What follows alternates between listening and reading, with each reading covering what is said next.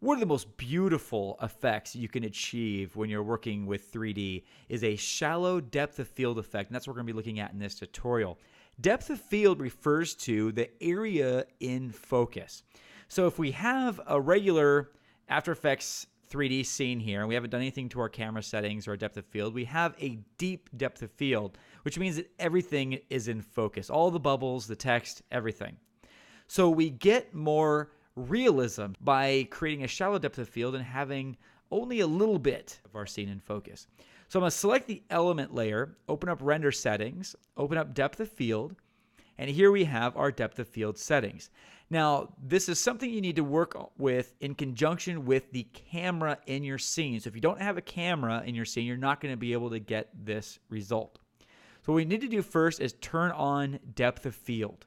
Now, sometimes you might not notice anything, and sometimes that might ruin your entire scene, and that's okay. We have to actually set this up to get it to work. So what I'm going to do first is actually go to Element, and I'm going to change in the depth of field area, change mode from pixel blur, which is basically like the type of blur that After Effects cameras normally have. I'm going to take this to focus indicator, which is something that's not in After Effects. And then I'm going to adjust the focus distance parameter on the camera until the stuff that I want in focus is red. That indicates what is in focus. That looks pretty good right there. We'll try that. It's not precise. I'll go back to Element, change the mode back to Pixel Blur. And now I can see that we have some out of focus stuff in the foreground here and the background. Our text is kind of in focus. It's not super sharp though. So this is what I typically have to do. Go back to the camera and I'll fiddle with the focus distance until we get a really sharp subject. And that looks pretty good right there. One of the things I'll also do to help me is I'll increase the aperture. In real-world cameras and in After Effects cameras, increasing the aperture value basically increases the blur in the out-of-focus areas, which really calls attention to the in-focus areas. So with that kind of ridiculously high setting, I'll then fine-tune my focus, and that looks about right there. Once I have my focus, I can now dial back the aperture setting until we get a little bit more stuff in focus. And this is all subjective. It's all to taste, so you can do whatever setting you want there. And that looks pretty good to me. We have a really out of focus background, and we have some bubbles in the foreground that we can see that are sharp, but most everything is really just soft and hazy and beautiful. And that really works for this particular piece. So I could see the before and after by going to the depth of field parameter and turning it off and on. Off and on. What a difference that makes.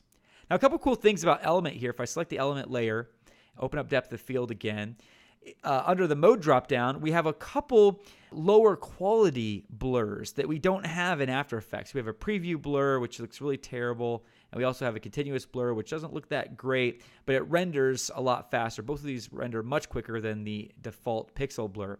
Also, we have multipass, which is not in After Effects. So if we want an even more high quality blur for our depth of field than we're used to, then we could crank that up to multipass, which just looks incredible, but it does take a while to render. Now, let's go over to our text example where we have ambient occlusion and we have some fog and we have the super sampling, and we can see now how depth of field affects this. So again, go to Element 3D and let's go ahead and go to depth of field in the render settings, change the mode to focus indicator, and we'll open up the camera settings, open up camera options, turn on depth of field, and we can adjust the focus distance here. Now, because of the angle of the shot, we can't get everything perfectly in focus. So we could take down the aperture so that the areas that are out of focus are less blurry, but I actually kind of think it's going to look cool if we have those really blurry. So I'm going to adjust the focus indicator so the beginning of the text is in focus. And then what we could do is go back to Element, and we'll change the mode under depth of field from focus indicator back to pixel blur. And now we have just this little strip in focus and all this stuff kind of out of focus. And it looks awesome. The text is still legible, but it does have this really cool cinematic look to it. I love it. Again, we could go back to our camera here and open up the camera options and adjust the aperture. So if we want to make those more blurry, so this is more of like a really stylized piece, we can do that. We could also take this down to maybe 20, so it's not very noticeable, but still a little softer on the edges. But the point is that this shallow depth of field effect really makes for some beautiful results when you're working with Element. It's a trick that you absolutely have to master.